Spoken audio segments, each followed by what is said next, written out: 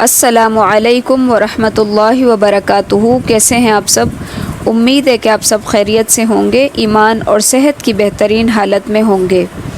آج ہم دورہ قرآن کے اندر اپنا 19واں پارہ شروع کر رہے ہیں۔ اللہ تعالی ہم سب کو عمل کی توفیق عطا فرمائے۔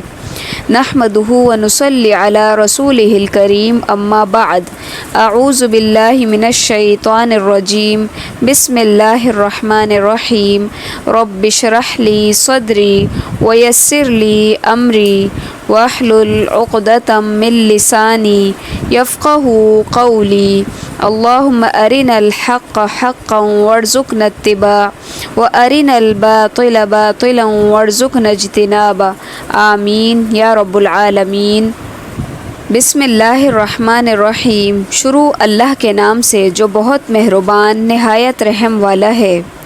وقال الذين لا يرجون لقاءنا لولا انزل علينا الملائكة او نرى ربنا لقد استكبروا في انفسهم وعتوا عتوا كبيرا، اور جنہیں ہماری ملاقات کی توقع نہیں انہوں نے کہا کہ ہم پر فرشتے کیوں نہیں اتارے جاتے یا ہم اپنی آنکھوں سے اپنے رب کو دیکھ لیتے۔ یقیناً ان لوگوں نے اپنے آپ کو بہت ہی بڑا سمجھ رکھا ہے اور سخت سرکشی کی ہے۔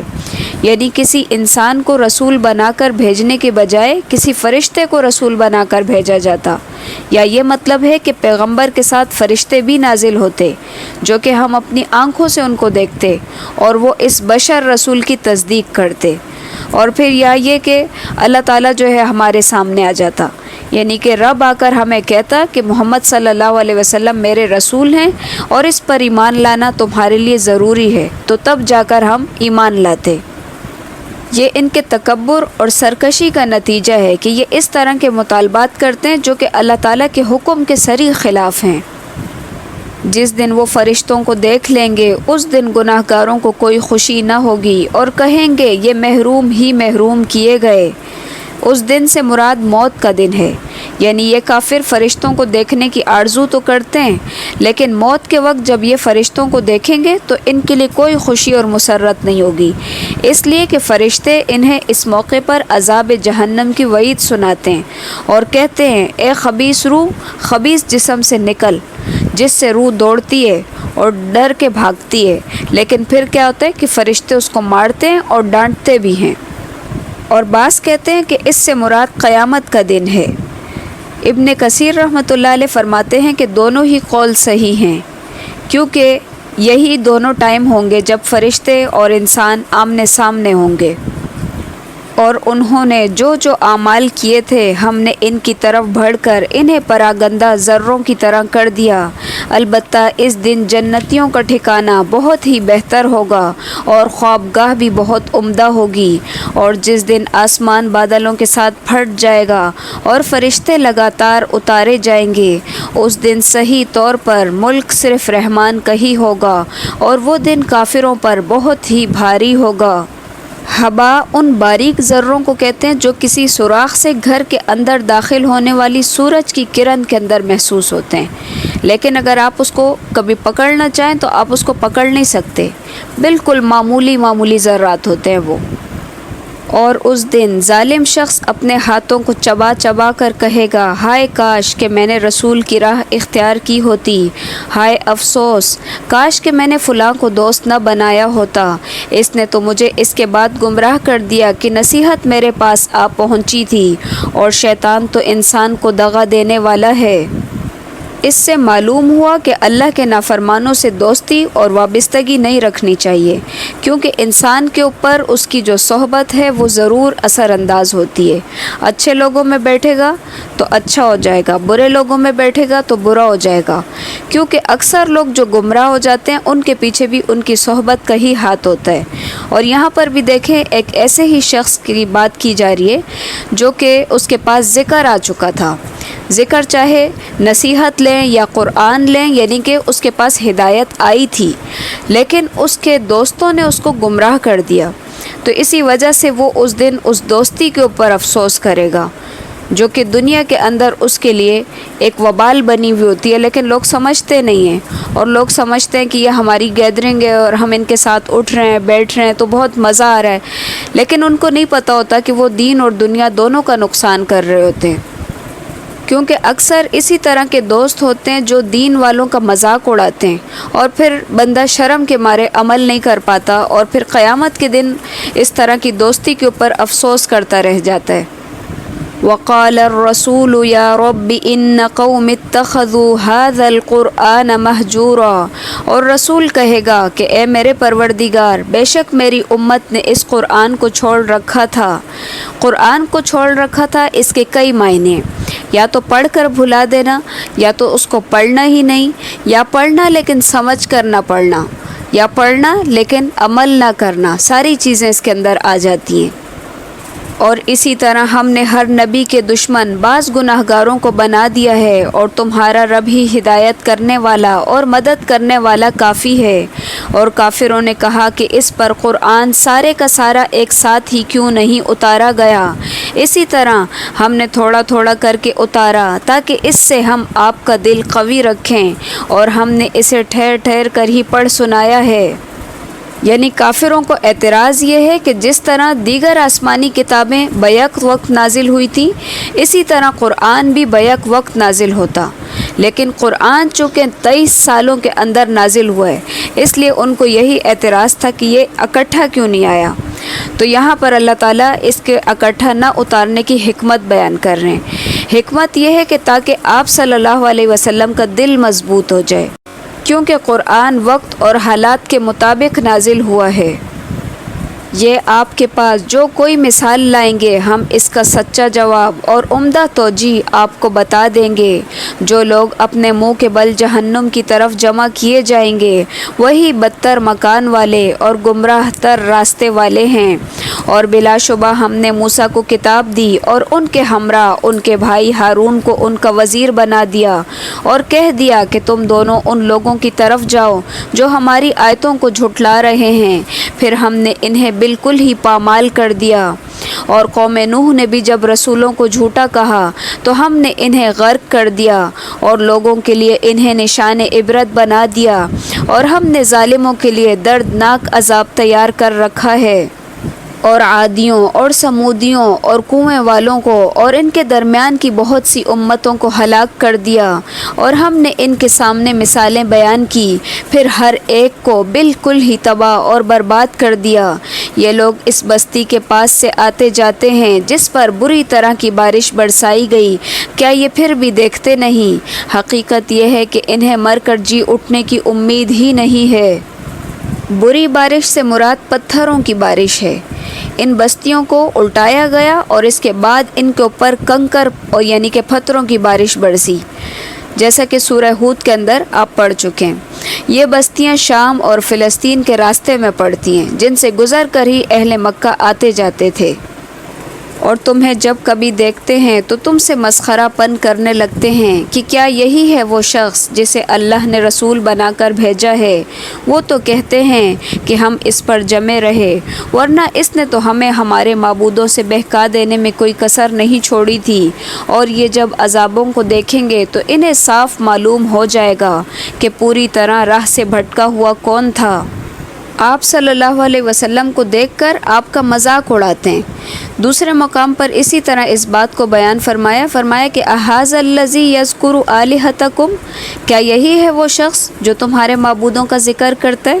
یعنی ان کے متعلق کہتا ہے کہ وہ کچھ اختیار نہیں رکھتے۔ اس حقیقت کا اظہار ہی مشرکین کے نزدیک معبودوں کی توہین تھی۔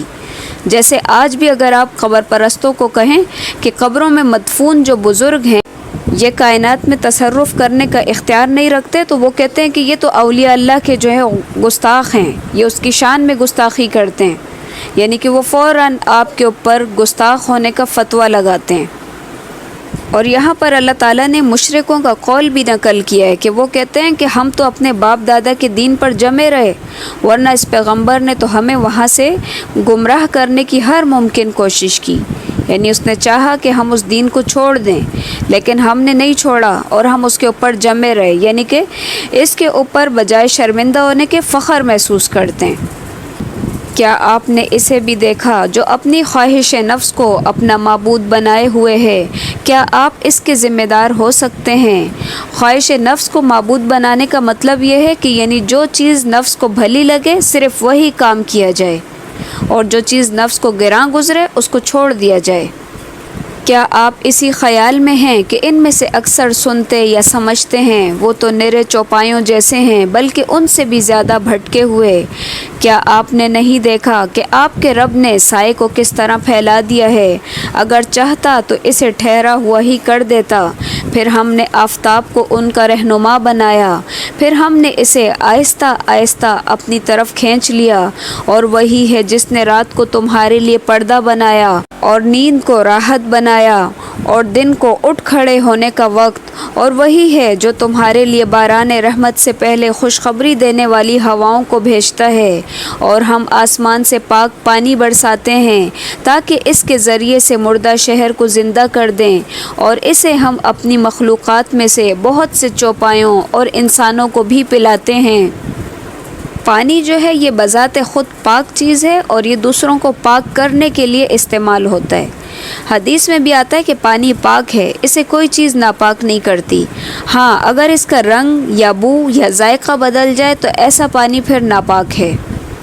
وَلَقَدْ صَرَّفْنَاهُ بَيْنَهُمْ لِيَذَّكَّرُوا فَأَبَى أَكْثَرُ النَّاسِ إِلَّا كُفُورًا۔ اور بلا شبہ ہم ان کے درمیان پھیر پھیر کر لاتے ہیں تاکہ وہ نصیحت حاصل کریں، لیکن اکثر لوگ بہت ہی ناشکرے ہیں۔ اور اگر ہم چاہتے تو ہر ایک بستی میں ایک ڈرانے والا بھیج دیتے، پس آپ کافروں کا کہنا نہ مانیں اور قرآن کے ذریعے ان سے پوری طاقت سے بڑا جہاد کریں۔ جاہدہم بہ میں ہا کا مرجع قرآن ہے، یعنی اس قرآن کے ذریعے سے جہاد کریں۔ چونکہ یہ آیت جو ہے یہ مکی ہے اور ابھی جہاد کا حکم نہیں ملا تھا، اس لیے مطلب یہ ہوا کہ قرآن کے اوامر اور نواہی کھول کھول کر بیان کریں، اور اہل کفر کے لیے جو زجر اور توبیخ اور وعیدیں سنائی گئی ہیں ان کو واضح کر کے ان کے اوپر بیان کریں۔ اور وہی ہے جس نے دو سمندر آپس میں ملا رکھے ہیں، یہ ہے میٹھا اور مزیدار، اور یہ ہے کھاری کڑوا، اور ان دونوں کے درمیان ایک حجاب اور مضبوط اوٹ ہے۔ میٹھے پانی کو فرات کہتے ہیں، اور فرات کے معنی ہوتے ہیں کاٹ دینا یا توڑ دینا۔ میٹھا پانی چونکہ پیاس کو کاٹ دیتا ہے یعنی کہ ختم کر دیتا ہے، اس لیے اس کو فرات کہا جاتا ہے۔ اور اجاج سخت کھارا یا کڑوا، یعنی کہ یہ دونوں پانی بالکل ایک ساتھ ساتھ ہیں، بظاہر دیکھنے میں پتہ بھی نہیں چلے گا کہ یہ علیحدہ ہیں، لیکن ان دونوں کے درمیان ایک آڑ بنی ہوئی ہے جو ان کو آپس میں ملنے نہیں دیتی، یعنی کہ اللہ تعالیٰ کی قدرت کی کتنی بڑی نشانی ہے۔ وہی ہے جس نے پانی سے انسان کو پیدا کیا، پھر اسے نسب والا اور سسرالی رشتوں والا کر دیا۔ بلا شبہ آپ کا پروردگار ہر چیز پر قادر ہے۔ نسب سے مراد وہ رشتے ہوتے ہیں جو ماں باپ کی طرف سے ہوتے ہیں، اور صحرا سے مراد وہ رشتہ داری ہوتی ہے جو کہ شادی کے بعد یعنی کہ میاں بیوی کی طرف سے آپس میں ہوتی ہے، جس کو ہم سمپل زبان میں سسرالی رشتے کہتے ہیں۔ وَيَعْبُدُونَ مِن دُونِ اللَّهِ مَا لَا يَنفَعُهُمْ وَلَا يَضُرُّهُمْ وَكَانَ الْكَافِرُ عَلَى رَبِّهِ ظَهِيرًا۔ یہ اللہ کو چھوڑ کر ان کی عبادت کرتے ہیں جو نہ تو انہیں کوئی نفع دے سکیں نہ ہی کوئی نقصان پہنچا سکیں، اور کافر تو ہے ہی اپنے رب کے خلاف شیطان کی مدد کرنے والا۔ ہم نے تو آپ کو خوشخبری اور ڈر سنانے والا نبی بنا کر بھیجا ہے۔ کہہ دیجئے کہ میں قرآن کے پہنچانے پر تم سے کوئی بدلہ نہیں چاہتا، مگر جو شخص اپنے رب کی طرف راہ پکڑنا چاہے۔ اور بھروسہ کرو اسی ذات پر جو زندہ ہے اور اس کے لیے موت نہیں، اور اسی کی تسبیح کرو اس کی تعریف کے ساتھ، اور وہ کافی ہے اپنے بندوں پر گناہوں کی خبر لینے والا۔ وہی ہے جس نے آسمانوں اور زمینوں اور ان کے درمیان کی سب چیزوں کو 6 دن میں ہی پیدا کر دیا، پھر عرش پر مستوی ہوا، وہ رحمان ہے۔ آپ اس کے بارے میں کسی خبردار سے پوچھ لیں۔ ان سے جب کہا جاتا ہے کہ رحمان کو سجدہ کرو تو جواب دیتے ہیں رحمان کیا ہے؟ کیا ہم اسے سجدہ کریں جس کا تو ہمیں حکم دے رہا ہے؟ اور اس تبلیغ نے ان کی نفرت میں اور اضافہ کر دیا۔ الرحمن اور الرحیم یہ اللہ تعالیٰ کی صفات ہیں اور اسماء حسنہ میں سے ہیں، لیکن اہل جاہلیت جو ہوتے ہیں وہ اللہ تعالیٰ کو ان ناموں سے نہیں پہچانتے۔ جیسا کہ صلح حدیبیہ کے موقع پر جب نبی صلی اللہ علیہ وسلم نے معاہدے کے آغاز پر بسم اللہ الرحمن الرحیم لکھوایا تھا تو مشرکین نے کہا کہ ہم رحمان اور رحیم کو نہیں جانتے، بلکہ آپ بسمک اللہم لکھوائیں، تو پھر یہی لکھا گیا تھا، تبارک الذی جعل فی السماء بروجا وجعل فیہا سراجا وقمرا منیرا، بابرکت ہے وہ جس نے آسمان میں برج بنائے اور اس میں آفتاب بنایا اور منور مہتاب بھی۔ بروجن جو ہے یہ برج کی جمع ہے، اور سلف کی تفسیر میں بروج سے مراد بڑے بڑے ستارے لیے گئے ہیں، اور اسی نے رات اور دن کو ایک دوسرے کے پیچھے آنے جانے والا بنایا۔ اس شخص کے لیے نصیحت ہے جو نصیحت حاصل کرنے یا شکر گزاری کرنے کا ارادہ رکھتا ہو۔ وَعِبَادُ الرَّحْمَنِ الَّذِينَ يَمْشُونَ عَلَى الْأَرْضِ حَوْنًا وَإِذَا خَاطَبَهُمُ الْجَاهِلُونَ قَالُوا سَلَامًا، رحمان کے بندے تو وہ ہیں جو زمین پر فروتنی کے ساتھ چلتے ہیں، اور جب بے علم لوگ ان سے باتیں کرنے لگتے ہیں تو وہ کہہ دیتے ہیں کہ سلام ہے۔ بندے تو سارے ہی رحمان کے ہیں، لیکن یہاں پر خاص لوگوں کو اللہ تعالیٰ ایک عزت دینے کے لیے ان کو رحمان کے بندے کہہ رہا ہے، کیونکہ ان لوگوں کے آگے کچھ صفات بیان ہو رہی ہیں۔ پہلی صفت تو ان کی یہی آئی ہے کہ جب جاہل لوگ ان سے مخاطب ہوتے ہیں تو وہ ان کو سلام کہتے ہیں۔ سلام سے مراد یہاں ان سے اعراض برتنا ہے اور بحث میں نہیں پڑنا، بلکہ ان کو ان کے حال کے اوپر چھوڑ دینا ہے۔ اور جو اپنے رب کے سامنے سجدے اور قیام کرتے ہوئے راتیں گزار دیتے ہیں، اور جو یہ دعا کرتے ہیں کہ اے ہمارے پروردگار ہم سے دوزخ کا عذاب پرے ہی پرے رکھ، کیونکہ اس کا عذاب چمٹ جانے والا ہے۔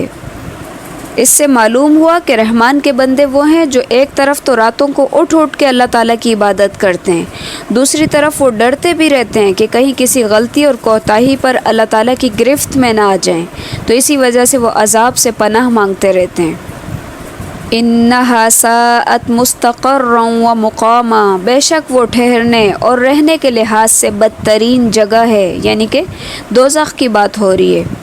اور جو خرچ کرتے وقت بھی نہ تو اسراف کرتے ہیں اور نہ ہی بخیلی، بلکہ ان دونوں کے درمیان معتدل طریقے پر خرچ کرتے ہیں، اور اللہ کے ساتھ کسی دوسرے معبود کو نہیں پکارتے، اور کسی ایسے شخص کو جسے قتل کرنا اللہ نے منع کر دیا ہو بجز حق کے قتل نہیں کرتے، اور نہ ہی وہ زنا کے مرتکب ہوتے ہیں، اور جو کوئی یہ کام کرے وہ اپنے اوپر سخت وبال پالے گا۔ حق کے ساتھ قتل کرنے کی 3 صورتیں: اسلام کے بعد کوئی دوبارہ کفر اختیار کرے جیسے کہ مرتد ہو جائے، یا شادی شدہ شخص بدکاری کا ارتکاب کرے، یا کوئی شخص کسی کو ناحق قتل کر دے۔ ان تینوں صورتوں میں قتل کیا جائے گا، البتہ شادی شدہ زانی کے قتل کے لیے طریقہ رجم اختیار کیا جائے گا۔ حدیث میں آتا ہے کہ رسول صلی اللہ علیہ وسلم سے سوال کیا گیا کہ کون سا گناہ سب سے بڑا ہے؟ آپ صلی اللہ علیہ وسلم نے فرمایا یہ کہ تو اللہ تعالیٰ کے ساتھ کسی کو شریک ٹھہرائے حالانکہ اس نے تجھے پیدا کیا ہے۔ اس نے کہا اس کے بعد کون سا گناہ بڑا ہے؟ فرمایا اپنی اولاد کو اس خوف سے قتل کرے کہ وہ تیرے ساتھ کھائے گی۔ اس نے پوچھا پھر کون سا؟ آپ صلی اللہ علیہ وسلم نے فرمایا یہ کہ تو اپنی پڑوسی کی بیوی کے ساتھ زنا کرے۔ پھر آپ صلی اللہ علیہ وسلم نے فرمایا کہ ان باتوں کی تصدیق اس آیت سے ہوتی ہے۔ پھر آپ نے یہ آیت تلاوت فرمائی، اسے قیامت کے دن دوہرا عذاب کیا جائے گا اور وہ ذلت اور خواری کے ساتھ ہمیشہ اسی میں رہے گا۔ إِلَّا مَن تَابَ وَآمَنَ وَعَمِلَ عَمَلًا صَالِحًا فَأُولَٰئِكَ يُبَدِّلُ اللَّهُ سَيِّئَاتِهِمْ حَسَنَاتٍ وَكَانَ اللَّهُ غَفُورًا رَحِيمًا، سوائے ان لوگوں کے جو توبہ کریں اور ایمان لائیں اور نیک کام کریں، ایسے لوگوں کے گناہوں کو اللہ نیکیوں سے بدل دیتا ہے، اللہ بخشنے والا مہربانی کرنے والا ہے۔ اس آیت سے معلوم ہوتا ہے کہ دنیا میں خالص توبہ سے ہر گناہ معاف ہو سکتا ہے، چاہے وہ کتنا ہی بڑا ہو۔ اور سورہ نساء کی آیت نمبر 93 میں جو کہ مومن کے قتل کی سزا جہنم بتائی گئی ہے، تو وہ اس صورت میں ہے کہ جب قاتل جو ہے وہ توبہ نہ کرے اور بغیر توبہ کے فوت ہو گیا ہو، اور حدیث میں آتا ہے کہ ایک آدمی جس نے 100 لوگوں کو قتل کیا تھا، جب اس نے خالص توبہ کی تو اللہ تعالیٰ نے اس کو بھی معاف کر دیا۔ اور جو شخص توبہ کرے اور نیک عمل کرے وہ تو یقیناً اللہ تعالیٰ کی طرف سچا رجوع کرتا ہے۔ اور جو لوگ جھوٹی گواہی نہیں دیتے اور جب کسی لغو چیز پر ان کا گزر ہوتا ہے تو شرافت سے گزر جاتے ہیں، اور جب انہیں ان کے رب کی کلام کی آیتیں سنائی جاتی ہیں تو وہ اندھے اور بہرے ہو کر نہیں گرتے۔ پہلی توبہ کا تعلق جو ہے وہ کفر و شرک سے ہے، اور اس توبہ کا تعلق دیگر معاصی اور کوتاہیوں سے ہے۔ الزور کے معنی ہوتے جھوٹ کے، ہر باطل چیز بھی جھوٹ ہے، اس لیے جھوٹی گواہی سے لے کر کفر و شرک اور ہر طرح کے غلط چیزیں، مثلاً گانا اور دیگر بیہودہ جو بھی جاہلانہ رسوم ہیں، وہ ساری کی ساری اس کے اندر شامل ہوتی ہیں۔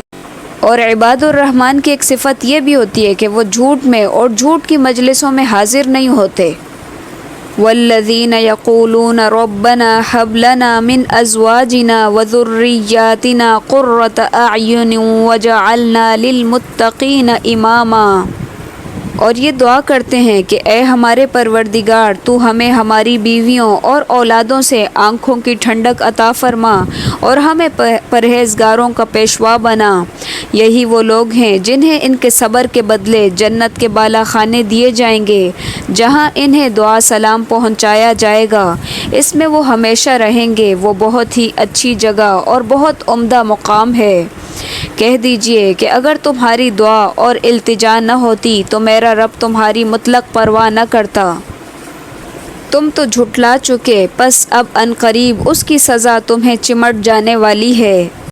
سورہ شعراء مکی صورت ہے۔ بسم اللہ الرحمن الرحیم۔ طاسین میم۔ تلک آیات الکتاب المبین۔ لعلک باخع نفسک الا یکونوا مؤمنین۔ یہ آیتیں روشن کتاب کی ہیں، ان کے ایمان نہ لانے پر شاید آپ تو اپنی جان ہی کھو دیں گے۔ اگر ہم چاہتے تو ان پر آسمان سے کوئی ایسا نشان اتارتے جس کے سامنے ان کی گردنیں خم ہو جاتی، اور ان کے پاس رحمان کی طرف سے جو بھی نئی نصیحت آتی ہے وہ اس سے روگردانی کرنے والے بن جاتے ہیں۔ یقیناً ان لوگوں نے جھٹلایا ہے، اب ان کے پاس جلد ہی اس کی خبریں آ جائیں گی جس کے ساتھ وہ مذاق اڑاتے ہیں۔ کیا انہوں نے زمین پر نظر نہیں ڈالی کہ ہم نے اس میں ہر طرح کے نفیس جوڑے کس قدر اگائے ہیں؟ بے شک اس میں یقیناً نشانی ہے، اور ان میں سے اکثر لوگ مومن ہی نہیں ہیں، اور تمہارا رب یقیناً وہی غالب اور مہربان ہے۔ وَإِذْ نَادَى رَبُّكَ مُوسَىٰ أَنِ ائْتِ الْقَوْمَ الظَّالِمِينَ، اور جب آپ کے رب نے موسیٰ کو آواز دی کہ ظالم قوم کے پاس جاؤ، قوم فرعون کے پاس، کیا وہ پرہیزگاری نہ کریں گے؟ موسیٰ نے کہا میرے پروردگار، مجھے تو خوف ہے کہ کہیں وہ مجھے جھٹلا نہ دیں، اور میرا سینہ تنگ ہوتا ہے، میری زبان نہیں چلتی، بس تو ہارون کی طرف بھی وہی بھیج، اور ان کا میرے ذمے ایک گناہ بھی ہے، مجھے ڈر ہے کہ کہیں وہ مجھے مار ہی نہ ڈالیں۔ یہ واقعہ اس وقت پیش آیا جب موسیٰ علیہ السلام اپنی اہلیہ کو لے کر مدین سے مصر واپس جا رہے تھے۔ راستے میں آپ کو حرارت حاصل کرنے کے لیے آگ کی ضرورت محسوس ہوئی، تو آگ کی تلاش میں کوہ طور پر پہنچ گئے، جہاں ندائے غیبی نے ان کا استقبال کیا، اور یہیں پر ان کو پھر نبوت سے سرفراز کیا گیا۔ یہ واقعہ آپ پیچھے پڑھ بھی چکے ہیں۔ جب نبوت دی گئی اور ساتھ ہی کہا گیا کہ قوم فرعون کے پاس جانا ہے، تو موسیٰ علیہ السلام نے اپنے خوف کا اظہار کیا کہ وہ تو بہت ہی سرکش ہے، کہیں ایسا نہ ہو کہ وہ مجھے جھٹلا دے۔ تو یہاں دیکھیں کہ یہ جو خوف ہے یہ طبعی خوف ہے، اور انبیاء جو ہے وہ بھی چونکہ بشری ہوتے ہیں تو بشری تقاضا ہے طبعی خوف کا، اس کے اندر کوئی مسئلہ نہیں ہے، یعنی کہ یہ کوئی بری چیز نہیں ہے۔ طبعی خوف یا خوشی یا غم یہ انسان کے ساتھ ہوتے ہی ہیں، تو انبیاء بھی انسان تھے، تو اسی لیے طبعی خوف ان کے ساتھ بھی لاحق تھا۔ اور کہتے ہیں کہ میرا سینہ جو ہے وہ گھٹتا ہے اور میری زبان نہیں چلتی۔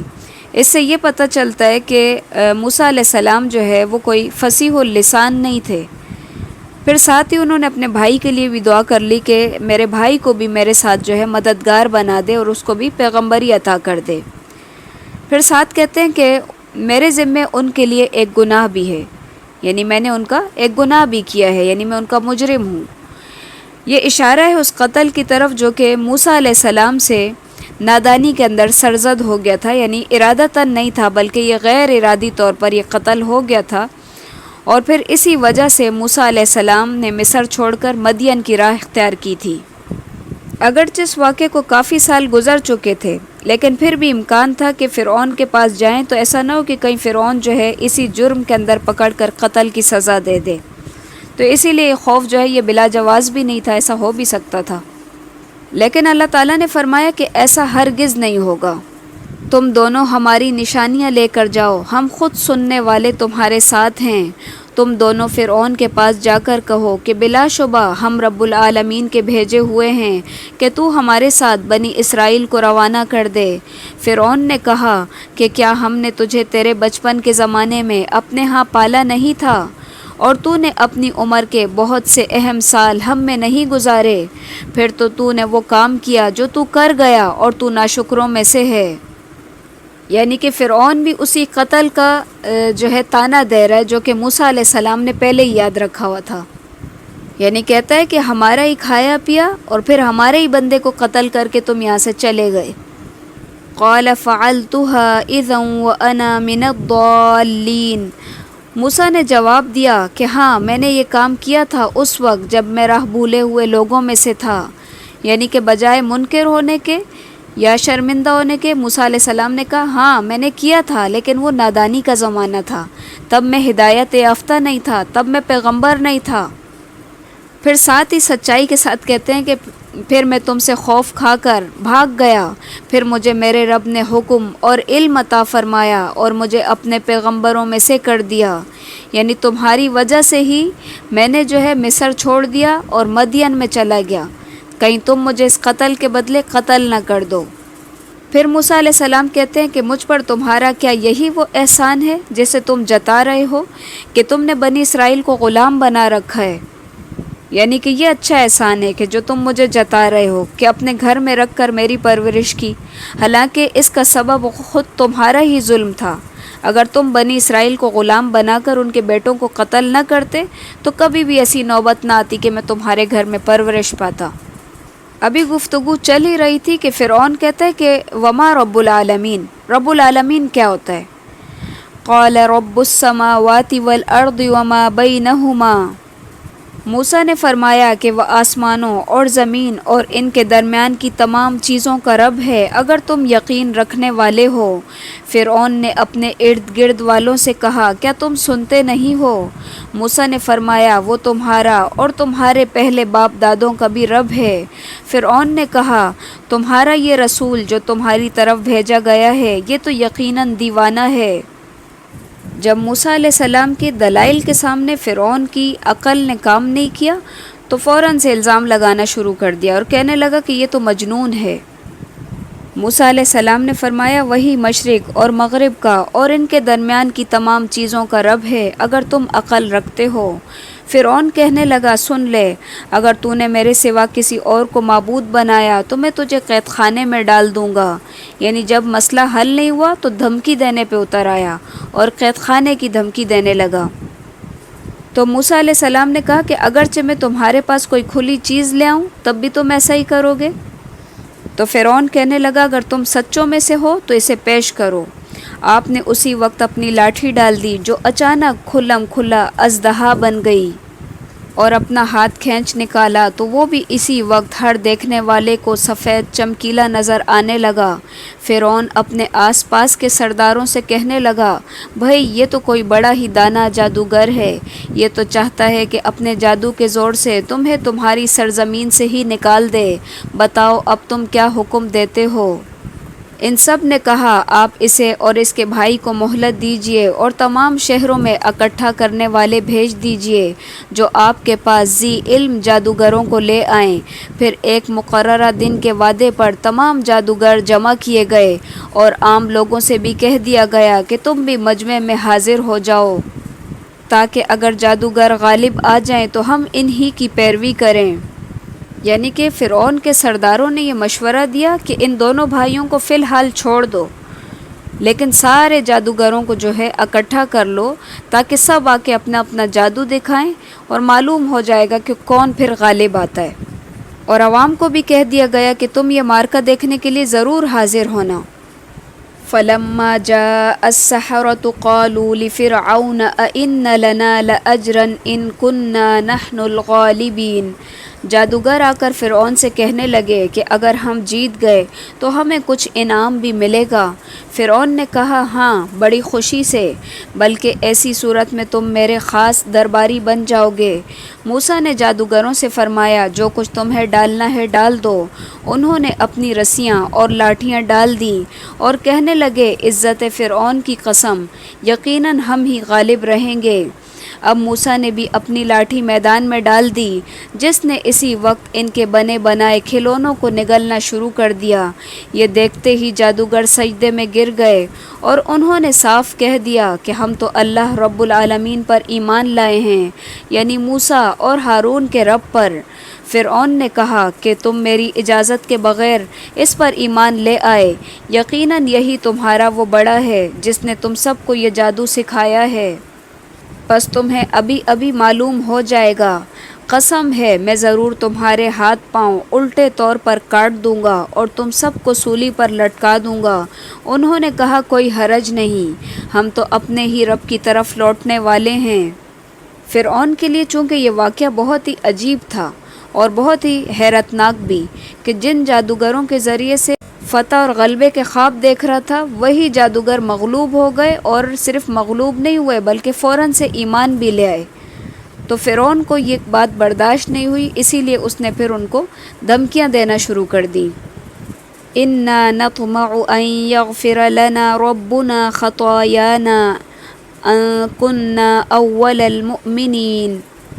ہمیں امید ہے کہ ہمارا رب ہماری سب خطائیں معاف فرما دے گا، اور ہم نے موسیٰ کو وحی کی کہ راتوں رات میرے بندوں کو نکال لے چل، تم سب پیچھا کیے جاؤ گے۔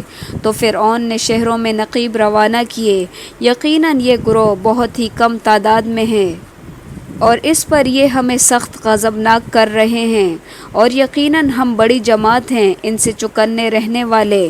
بالآخر ہم نے انہیں باغات سے اور چشموں سے نکال دیا اور خزانوں سے اور اچھے اچھے مقامات سے بھی باہر نکال دیا۔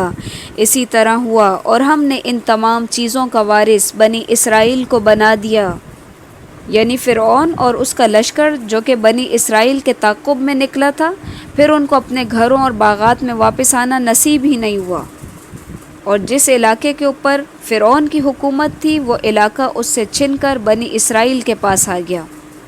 فَأَتْبَعُوهُمْ مُشْرِقِينَ، پس فرعونی سورج نکلتے ہی ان کے تعاقب میں نکلے۔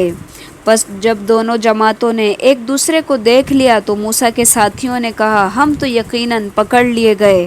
موسیٰ نے کہا ہرگز نہیں، یقین مانو میرا رب میرے ساتھ ہے جو ضرور مجھے راہ دکھائے گا۔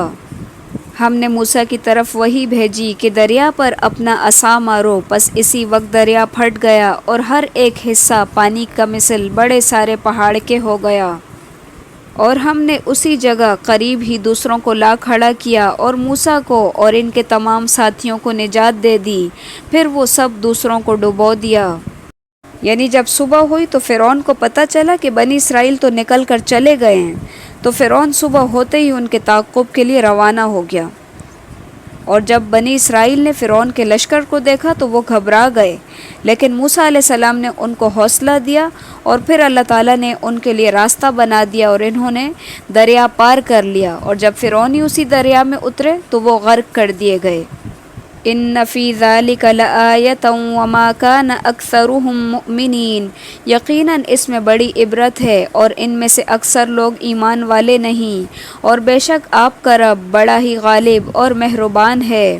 وَاتْلُ عَلَيْهِمْ نَبَأَ إِبْرَاهِيمَ، انہیں ابراہیم کا واقعہ بھی سنا دو، جب کہ انہوں نے اپنے باپ اور اپنی قوم سے فرمایا کہ تم کس کی عبادت کرتے ہو؟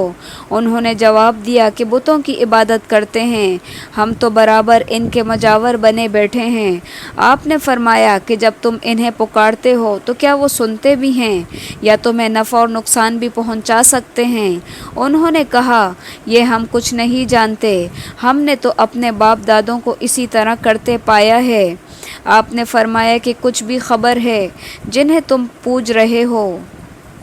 تم اور تمہارے باپ دادا اور وہ سب میرے دشمن ہیں بجز سچے اللہ کے جو تمام جہانوں کا رب ہے۔ یعنی جب ابراہیم علیہ السلام کی قوم ان کو صحیح سے جواب نہیں دے سکی تو بات باپ دادوں پہ ڈال دی کہ ہمارے باپ دادا ایسے ہی کرتے تھے، اس لیے ہم بھی بتوں کی عبادت کرتے ہیں اور ہمیں کچھ پتہ نہیں ہے۔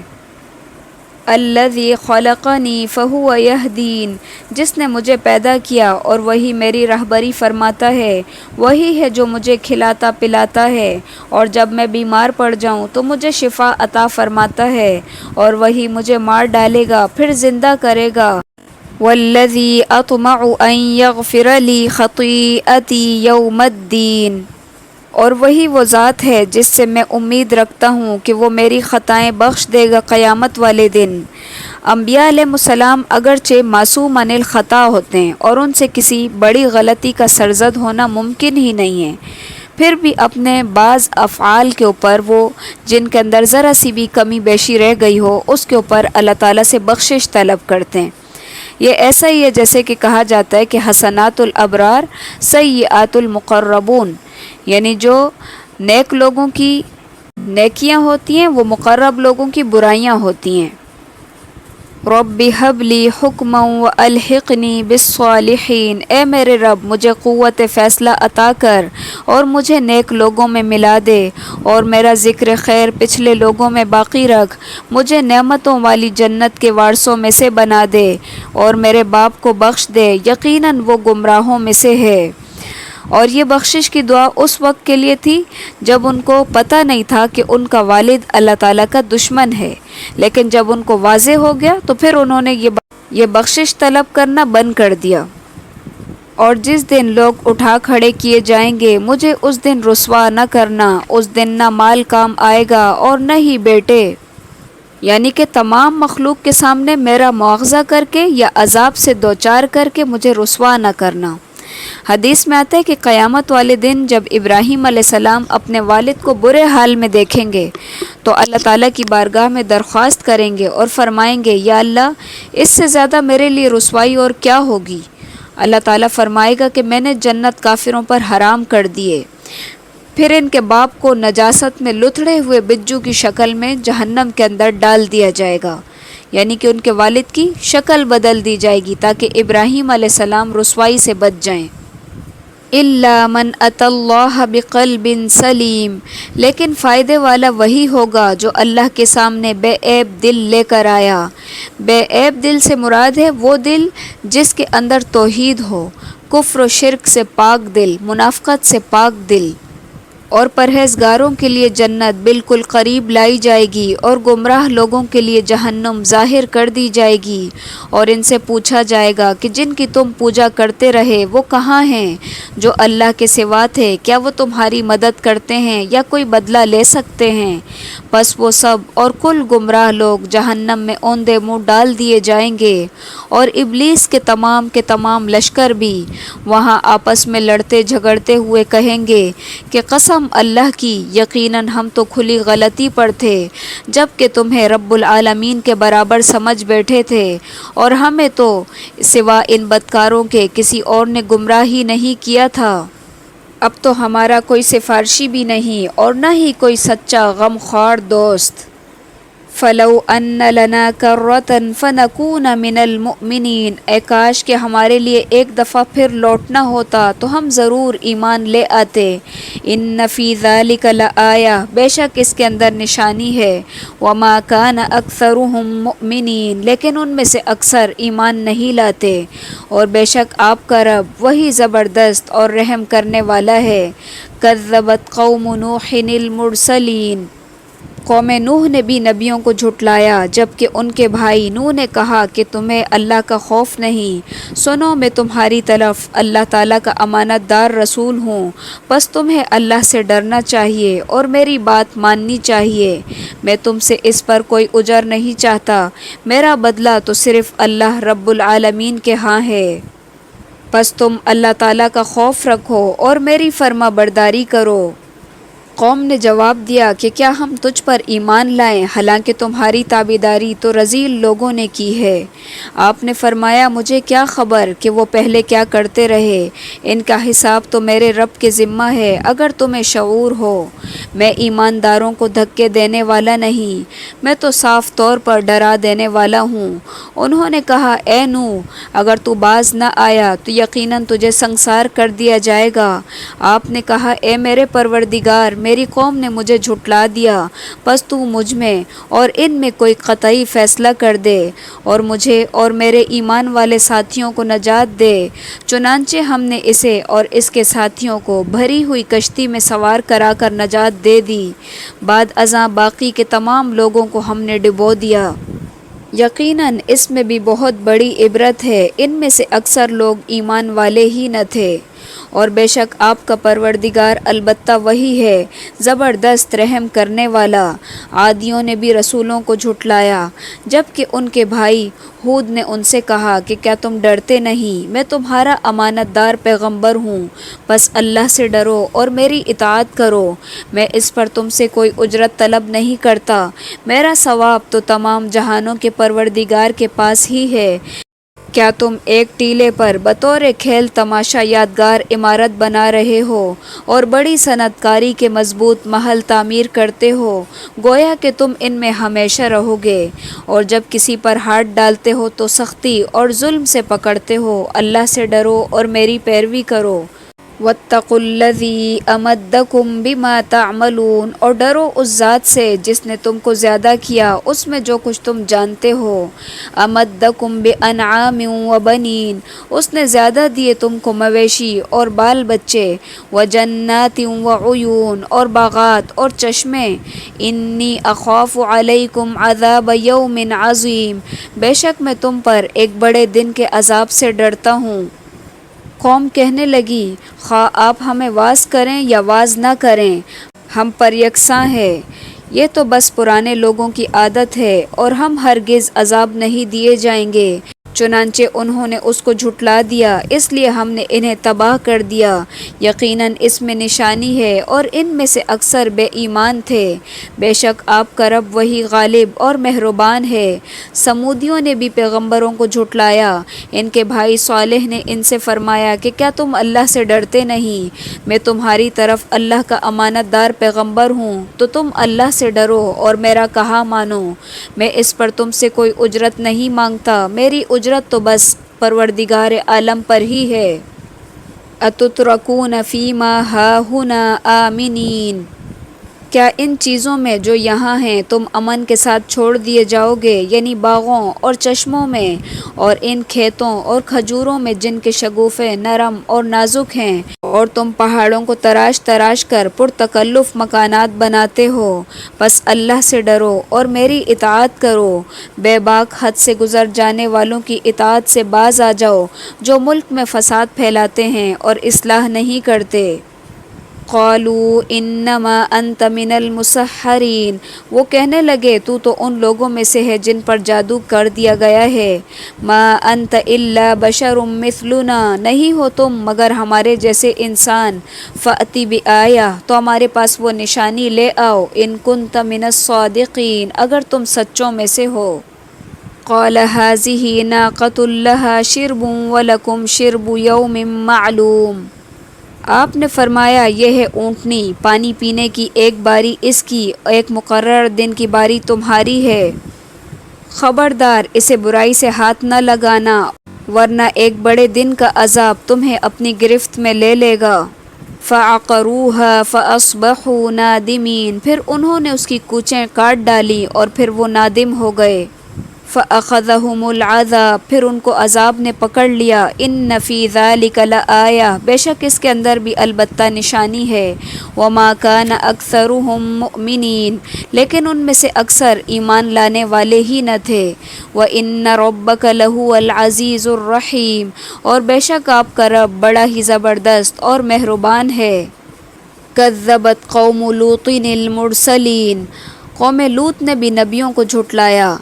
اب یہاں پر جتنے بھی واقعات بیان ہو رہے ہیں ان کے اندر آپ غور کریں کہ ایک نبی حالانکہ آیا اس قوم کے پاس، لیکن بات ہو رہی ہے کہ نبیوں کو جھٹلایا۔ ایسا کیوں ہے؟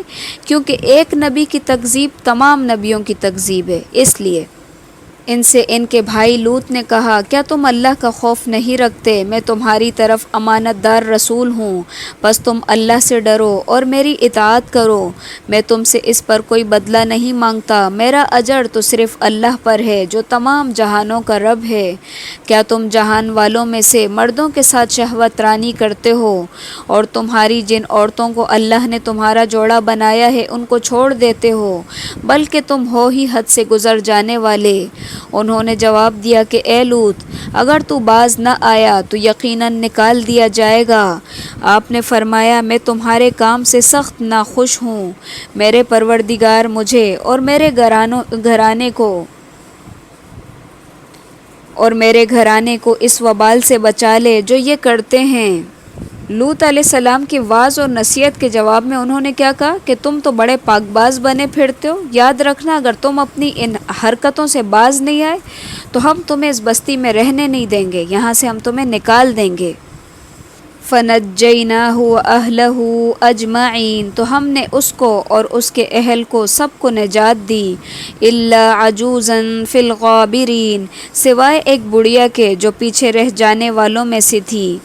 اس سے مراد ہے لوط علیہ السلام کی بوڑھی بیوی جو مسلمان نہیں ہوئی تھی، چنانچہ وہ بھی اپنی قوم کے ساتھ ہی ہلاک کر دی گئی۔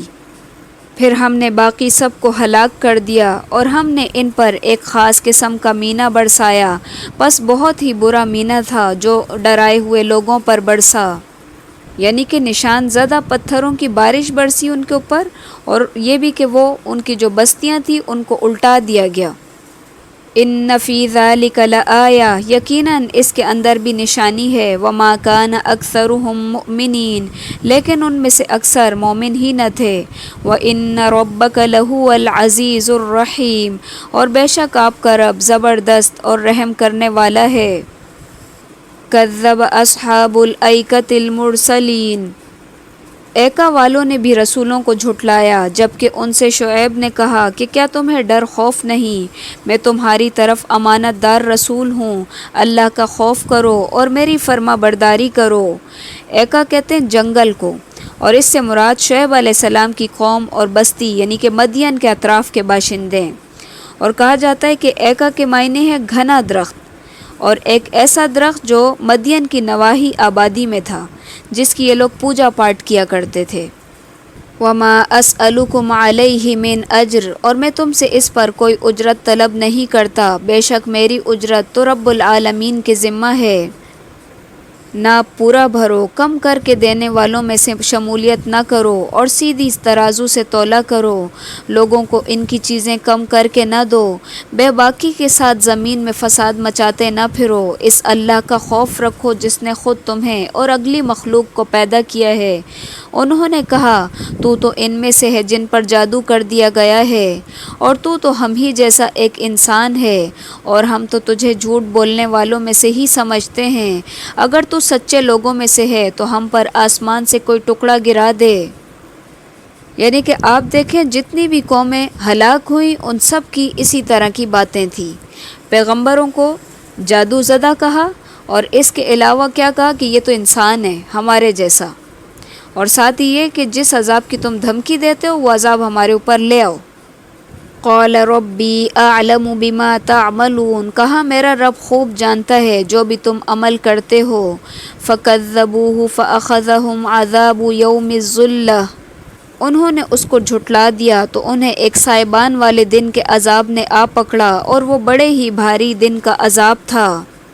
انہوں نے کفار مکہ کی طرح آسمانی عذاب مانگا تھا، اللہ تعالیٰ نے ان کے مطابق ان کے اوپر عذاب نازل فرمایا، اور وہ اس طرح کہ بعض روایات کے مطابق 7 دن تک ان کے اوپر سخت گرمی پڑی اور دھوپ مسلط ہو گئی۔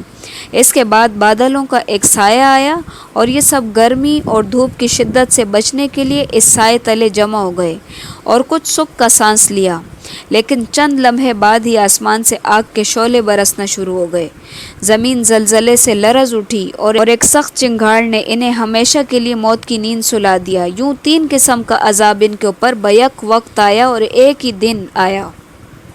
ان فی ذالک لآیہ، یقیناً اس میں بھی نشانی ہے، وما کان اکثرہم مؤمنین، لیکن اکثر ایمان لانے والے ہی نہیں، وان ربک لہو العزیز الرحیم، اور یقیناً تمہارا پروردگار البتہ وہی غلبے اور مہربانی والا ہے۔ اور بلا شک و شبہ قرآن کریم رب العالمین کا نازل کردہ ہے، اسے امانت دار فرشتہ لے کر آیا ہے، آپ کے دل پر اترا ہے کہ آپ آگاہ کر دینے والوں میں سے ہو جائیں، صاف عربی زبان میں ہے، اگلے نبیوں کی کتابوں میں بھی اس قرآن کا تذکرہ ہے۔ کفار مکہ نے وحی الہی اور قرآن کے اندر شک کیا کہ یہ اللہ تعالیٰ کی طرف سے نازل نہیں ہوا، تو اسی بنا پر رسالت محمدی اور دعوت محمد صلی اللہ علیہ وسلم کا انکار کیا۔ تو اللہ تعالیٰ نے انبیاء علیہ السلام کے واقعات بیان کر کے یہ واضح کیا کہ یہ قرآن یقیناً وحی الہی ہے اور محمد صلی اللہ علیہ وسلم اللہ کے سچے رسول ہیں، کیونکہ اگر ایسا نہ ہوتا تو یہ پیغمبر جو کہ پڑھ لکھ نہیں سکتا تو بھلا گزشتہ انبیاء کے اور قوموں کے واقعات کس طرح بیان کر سکتا تھا۔ اس لیے یقیناً یہ قرآن اللہ تعالیٰ کی طرف سے ہی نازل کیا گیا ہے، اور جس کو ایک امانت دار فرشتہ یعنی کہ جبرائیل علیہ السلام لے کر اترے ہیں۔ پھر یہاں پر نزول قرآن کے اندر دل کا بطور خاص ذکر کیا گیا ہے، کیونکہ دل ہی سب سے زیادہ ادراک اور حفظ کی قوت رکھتا ہے۔ کیا ان کے لیے یہ نشانی کافی نہیں کہ قرآن کی سچائی کو تو بنی اسرائیل کے علماء بھی جانتے ہیں، اور اگر ہم اسے کسی اجمی شخص پر نازل فرماتے پس وہ ان کے سامنے اس کی تلاوت کرتا تو وہ اس پر ایمان لانے والے نہ تھے۔ اسی طرح ہم نے گناہ گاروں کے دلوں میں اس انکار کو داخل کر دیا ہے، وہ جب تک دردناک عذابوں کا ملاحظہ نہ کر لیں ایمان نہیں لائیں گے۔ فَيَأْتِيَهُمْ بَغْتَةً وَهُمْ لَا يَشْعُرُونَ، پس وہ عذاب ان کو ناگہاں آ جائے گا، انہیں اس کا شعور بھی نہ ہوگا۔ فَيَقُولُوا هَلْ نَحْنُ مُنظَرُونَ، پھر اس وقت کہیں گے کیا ہمیں کچھ مہلت مل سکتی ہے۔ أَفَبِعَذَابِنَا يَسْتَعْجِلُونَ، یہ تو وہی عذاب ہے جس کے لیے تم جلدی مچاتے تھے۔ اچھا یہ بھی بتاؤ، اگر ہم انہیں کئی سال بھی فائدہ اٹھانے دیں پھر انہیں وہ عذاب آ لگے جن سے یہ دھمکائے جاتے تھے، تو جو کچھ بھی یہ برتتے رہے اس میں سے کچھ بھی انہیں فائدہ نہ پہنچا سکے گا۔ وَمَا أَهْلَكْنَا مِن قَرْيَةٍ إِلَّا لَهَا مُنذِرُونَ، اور ہم نے کسی بستی کو ہلاک نہیں کیا مگر اسی حال میں کہ اس کے لیے ڈرانے والے تھے نصیحت کے طور پر، اور ہم ظلم کرنے والے نہیں ہیں۔ یعنی کہ جب تک کسی بستی کے اندر پیغمبر نہیں آیا، اس نے ان کو خبردار نہیں کیا، اس وقت تک اس بستی کے اوپر کبھی بھی عذاب نہیں آیا۔ وَمَا تَنَزَّلَتْ بِهِ الشَّيَاطِينُ، اس قرآن کو شیطان نہیں لائے، نہ وہ اس کے قابل ہیں نہ انہیں اس کی طاقت ہے، بلکہ وہ تو سننے سے بھی محروم کر دیے گئے ہیں۔ پس تو اللہ کے ساتھ کسی اور کو معبود نہ پکار کہ تو بھی سزا کے قابل بن جائے، اپنے قریبی رشتہ داروں کو ڈراؤ، اس کے ساتھ فروتنی سے پیش آؤ، جو بھی ایمان لانے والا ہو کہ تیری تابعداری کرے، اگر یہ لوگ تیری نافرمانی کریں تو اعلان کر دے کہ میں ان کاموں سے بیزار ہوں جو تم کرتے ہو، اپنا پورا بھروسہ غالب مہربان اللہ پر ہی رکھو۔ ان آیات میں قرآن کی شیطانی دخل اندازیوں سے محفوظیت کا بیان ہے۔ ایک تو اس لیے کہ شیاطین کا قرآن لے کر نازل ہونا ان کے لائق ہی نہیں ہے، کیونکہ ان کا مقصد شر و فساد اور منکرات کی اشاعت ہے، جبکہ قرآن کا مقصد نیکی کا حکم ہے اور اس کا فروغ ہے، اور منکرات کا سد باب ہے، گویا کہ دونوں ایک دوسرے کی ضد ہیں۔ دوسرا یہ کہ شیاطین اس کی طاقت بھی نہیں رکھتے۔ تیسرا یہ کہ نزول قرآن کے وقت اس کے سننے سے دور اور محروم رکھے گئے، آسمانوں پر ستاروں کو چوکیدار بنا دیا گیا تھا، اور جو بھی شیطان اوپر جاتا تو ستارے جو ہے اس کے اوپر پوری طاقت کے ساتھ گرتے تھے، جس سے وہ بھسم ہو جاتے تھے۔ تو یعنی کہ اللہ تعالیٰ نے قرآن کی حفاظت کا اس طرح خصوصی انتظام کیا تھا۔ اور یہاں آپ صلی اللہ علیہ وسلم سے کہا جا رہا ہے کہ قرآن کے ذریعے اپنے قریبی رشتہ داروں کو ڈرائیے، حالانکہ نبی صلی اللہ علیہ وسلم تو سارے جہان کے لیے پیغمبر بنا کے بھیجے گئے ہیں، لیکن قریبی رشتہ داروں کی بات خاص طور سے کی گئی ہے۔ قریبی رشتہ داروں کو دعوت ایمان دعوت عام کے منافی نہیں ہے، بلکہ اس کا ایک اہم حصہ ہے اور اس کا ترجیحی پہلو ہے۔ جس طرح کہ نبی صلی اللہ علیہ وسلم نے جو ہے جب یہ آیت اتری تو اس کے بعد آپ صلی اللہ علیہ وسلم صفا پہاڑی کے اوپر چڑھ گئے اور آپ نے وہاں سے یا صباحہ کی آوازیں لگائی کہ یعنی آپ قوم کو خبردار کر دیں کہ عذاب الہی آ سکتا ہے۔ الذی یراک حین تقوم، وہ ذات تجھے دیکھتی ہے جب کہ تو کھڑا ہوتا ہے، وتقلبک فی الساجدین، اور سجدہ کرنے والوں کے درمیان تمہارا گھومنا پھرنا بھی وہ دیکھتا ہے۔ انہ هو السمیع العلیم، بے شک وہ خوب سننے والا جاننے والا ہے۔ هل انبئکم علی من تنزل الشیاطین، کیا میں تمہیں بتاؤں کہ شیطان کس پر اترتے ہیں؟ تنزل علی کل افاک اثیم، بے شک وہ ہر جھوٹے گناہ گار پر اترتے ہیں۔ یلقون السمع واکثرهم کاذبون، جو سنی سنائی بات پہنچاتے ہیں اور ان میں سے اکثر ہی جھوٹے ہیں۔ یعنی کہ اس قرآن کے نزول میں شیطان کا کوئی دخل نہیں ہے، کیونکہ شیطان تو جھوٹوں اور گناہ گاروں یعنی کہ کاہنوں اور نجومیوں وغیرہ پر اترتا ہے، نہ کہ انبیاء اور صالحین پر۔ شاعروں کی پیروی تو وہ کرتے ہیں جو بہکے ہوئے ہوتے ہیں۔ الم تر انہم فی کل وادی یہیمون، کیا آپ نے نہیں دیکھا کہ شاعر ایک بیابان میں سر ٹکراتے پھرتے ہیں، اور وہ کہتے وہ ہیں جو وہ کرتے نہیں، سوائے ان کے جو ایمان لائے اور نیک عمل کیے اور بکثرت اللہ کا ذکر کیا اور اپنی مظلومی کے بعد انتقام لیا۔ وَسَيَعْلَمُ الَّذِينَ ظَلَمُوا أَيَّ مُنقَلَبٍ يَنقَلِبُونَ، اور جنہوں نے ظلم کیا ہے وہ بھی ابھی جان لیں کہ کس کروٹ الٹتے ہیں۔ شاعروں کی اکثریت چونکہ ایسی ہوتی ہے کہ ان کی شاعری کے اندر بہت زیادہ مبالغہ آرائی پائی جاتی ہے، اور شاعرانہ تخیلات کبھی ادھر جاتے ہیں تو کبھی ادھر بھٹکتے رہتے ہیں، تو اسی لیے یہاں پر شعراء کے پیچھے لگنے والوں کو گمراہ کہا گیا ہے۔ اور اسی قسم کے اشعار کے لیے حدیث میں بھی آیا ہے کہ پیٹ کو لہو اور پیپ سے بھر لینا جو اسے خراب کر دے، شعر سے بھر لینے سے بہتر ہے۔ اور ان سے ان شعراء کو مستثنیٰ فرما دیا گیا ہے کہ جن کی شاعری صداقت اور حقائق پر مبنی ہے، اور استثناء ایسے الفاظ سے فرمایا جن سے واضح ہو جاتا ہے کہ ایماندار، عمل صالح اور اس کے اوپر عمل کرنے والا اور کثرت سے اللہ تعالیٰ کا ذکر کرنے والا شاعر جو ہے وہ غلط شاعر جس میں جھوٹ، غلو اور افراط اور تفریط ہو کر ہی نہیں سکتا۔ یہ ان لوگوں کا کام ہے جو مومنانہ صفات سے عاری ہوتے ہیں۔ سورۃ النمل مکی صورت ہے۔ بسم اللہ الرحمن الرحیم۔ طاسین تلک آیات القرآن و کتاب مبین، یہ قرآن اور روشن کتاب کی آیتیں ہیں، ہدایت اور خوشخبری ایمان والوں کے لیے جو نماز قائم کرتے ہیں اور زکوٰۃ ادا کرتے ہیں اور آخرت پر یقین رکھتے ہیں۔ جو لوگ قیامت پر ایمان نہیں لاتے ہم نے انہیں ان کے کرتوت مزین کر دکھائے ہیں اور وہ بھٹکتے پھرتے ہیں۔ یہی لوگ ہیں جن کے لیے بڑا عذاب ہے اور آخرت میں بھی وہ سخت نقصان یافتہ ہیں۔ بے شک آپ کو اللہ حکیم اور علیم کی طرف سے قرآن سکھایا جاتا ہے۔ یاد کرو جب موسیٰ نے اپنے گھر والوں سے کہا کہ میں نے آگ دیکھی ہے، میں وہاں سے یا تو کوئی خبر لے کر آیا یا آگ کا کوئی سلگتا ہوا انگارہ لے کر ابھی تمہارے پاس آ جاؤں گا تاکہ تم تاپ سکو۔ جب وہاں پہنچے تو آواز دی گئی کہ بابرکت ہے وہ جو اس آگ میں ہے، اور برکت دیا گیا ہے وہ جو اس کے آس پاس ہے، اور پاک ہے اللہ جو تمام جہان والوں کا پالنے والا ہے۔ یہ وہی واقعہ ہے جو ابھی پیچھے ہم پڑھ بھی چکے ہیں سورہ شعراء کے اندر۔ یا موسیٰ انہ انا اللہ العزیز الحکیم، اے موسیٰ سن، بات یہ ہے کہ میں ہی اللہ غالب ہوں با حکمت، تو اپنی لاٹھی ڈال دے۔ موسیٰ نے جب اسے ہلتا جلتا دیکھا کہ اس طرح گویا کہ وہ ایک سانپ ہے تو منہ موڑے ہوئے پیٹ پھیر کر بھاگے اور پلٹ کر بھی نہ دیکھا۔ اے موسیٰ خوف نہ کھا، میرے حضور میں پیغمبر ڈرا نہیں کرتے، لیکن جو لوگ ظلم کریں پھر اس کے عوض نیکی کریں اس برائی کے پیچھے تو میں بھی بخشنے والا مہربان ہوں۔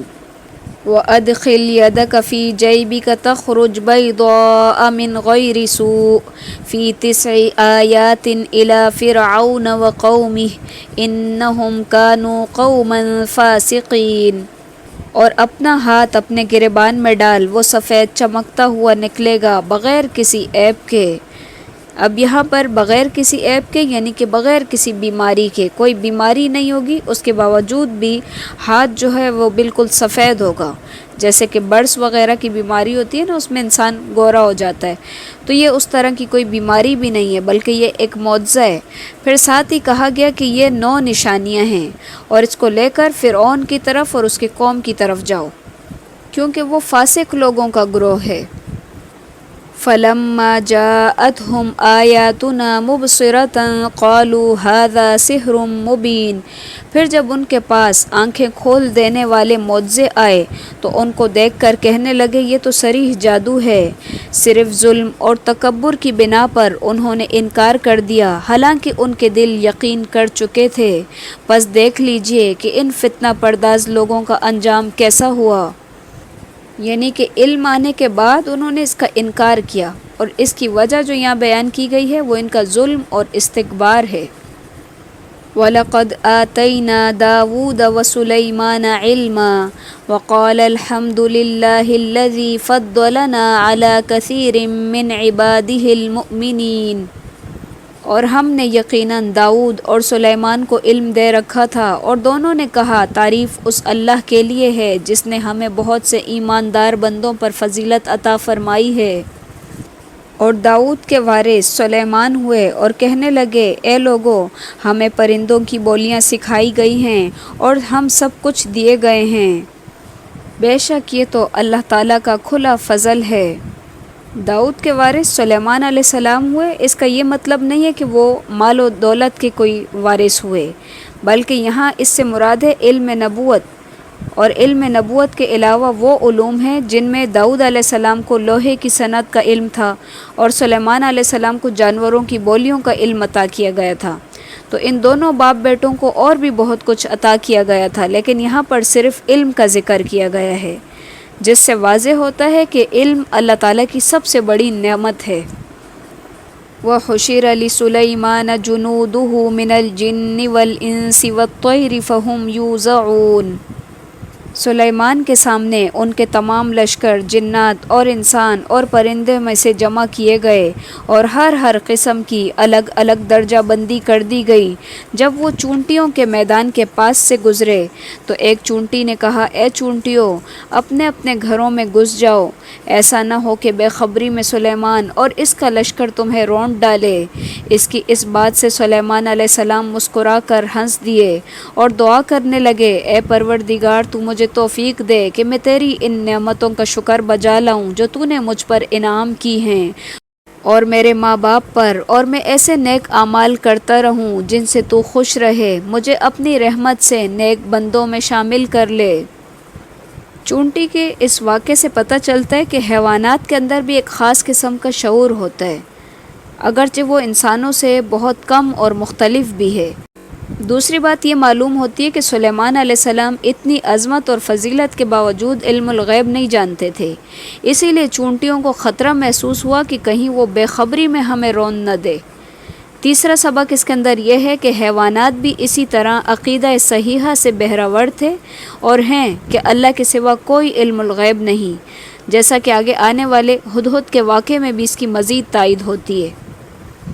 آپ نے پرندوں کی دیکھ بھال کی اور فرمانے لگے یہ کیا بات ہے کہ میں ہدہد کو نہیں دیکھتا، کیا واقعی وہ غیر حاضر ہے؟ یقیناً اسے سخت سزا دوں گا یا اسے ذبح کر ڈالوں گا یا میرے سامنے کوئی صریح دلیل بیان کرے۔ کچھ زیادہ دیر نہ گزری تھی کہ آ کر اس نے کہا کہ میں ایک ایسی خبر لایا ہوں جس کی تمہیں خبر ہی نہ تھی، میں سبا کی ایک سچی خبر تمہارے پاس لایا ہوں۔ میں نے دیکھا ہے کہ ان کی بادشاہ ایک عورت ہے جسے ہر قسم کی چیز سے کچھ نہ کچھ دیا گیا ہے، اور اس کا تخت بھی بڑا ہی عظمت والا ہے۔ میں نے اسے اور اس کی قوم کو اللہ کو چھوڑ کر سورج کو سجدہ کرتے ہوئے پایا، شیطان نے ان کے کام انہیں بھلے کر کے دکھائے اور صحیح راستے سے روک دیا ہے، پس وہ ہدایت پر نہیں آتے۔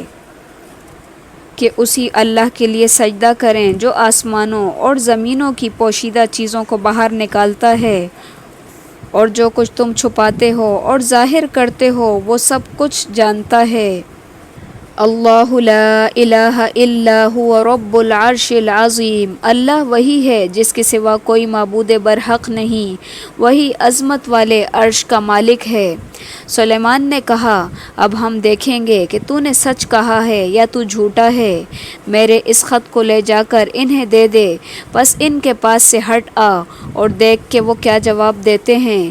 وہ کہنے لگی، اے سردارو، میری طرف ایک باوقت خط ڈالا گیا ہے جو سلیمان علیہ السلام کی طرف سے ہے اور جو بخشش کرنے والے مہربان اللہ کے نام سے شروع ہے، یہ کہ تم میرے سامنے سرکشی نہ کرو اور مسلمان بن کر میرے پاس آ جاؤ۔